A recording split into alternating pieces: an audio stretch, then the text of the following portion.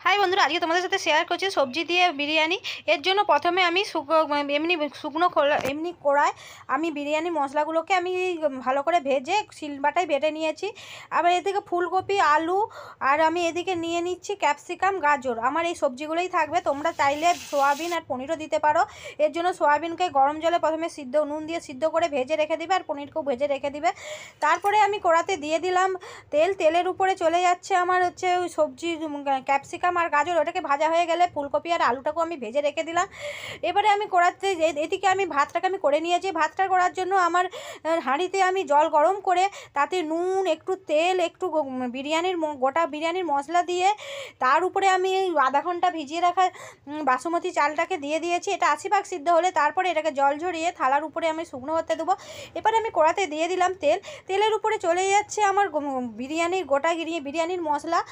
তারপরে চলে যাচ্ছে শুকনো লঙ্কা, একটু পেঁয়াজটা একটু নরম হয়ে এলে তাতে মানে একটু ব্রাউন কালার হয়ে এলে তাতে চলে যাচ্ছে টমেটো কুচিটা একটু নরম হয়ে এলে তার উপরে চলে যাচ্ছে আদা রসুন বাটা। এটাকে একটু ভাজা করে তার উপরে চলে যাচ্ছে লঙ্কা গুঁড়ো, জিরে গুঁড়ো, ধনে গুঁড়ো দিয়ে একটু আর একটু বিরিয়ানির যে মশলাটাকে আমি শিলপাটায় মেরে রেখেছিলাম সেটাও একটু দিয়ে দিলাম। দিয়ে এটাকে ভালোভাবে কষিয়ে নিতে হবে। কষানোর পর যে আমি সবজিগুলো ভেজে রেখেছিলাম সেটাকে দিয়ে দিলাম।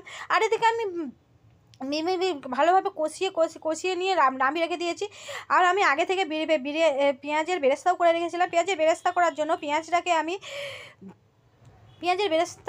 পেঁয়াজটাকে আমি কর্নফ্লাওয়ার দিয়ে মাখিয়ে রেখেছিলাম। আর তেলটা যখন গরম হবে তখন পেঁয়াজটাকে ছেড়ে দিতে হবে। এবারে যখন লাল হয়ে আসবে অথচ মচমচা হয়ে যাবে তখন এটাকে নামিয়ে নিতে হবে। আমার এটা একটু কালো হয়ে গেছে।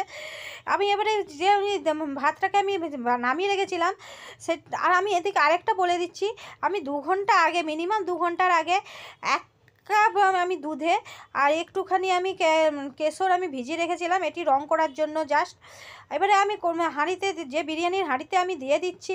প্রথমে ঘি দিয়ে মাখিয়ে নিলাম, তার উপরে আমি যে একটু ভাত দিয়ে দিলাম, তার উপরে দিয়ে দিলাম আমি ওই সবজিটা। তার উপরে চলে যাচ্ছে 1/2 চামচ আতর, 1 চামচ গোলাপ জল, 1 চামচ কেওড়া জল, একটু পেঁয়াজের বেরেস্তা আর একটু বিরিয়ানির গুঁড়ো যে শিলপাটায় বেঁধে দিলাম সেটা একটু দিয়ে দিলাম।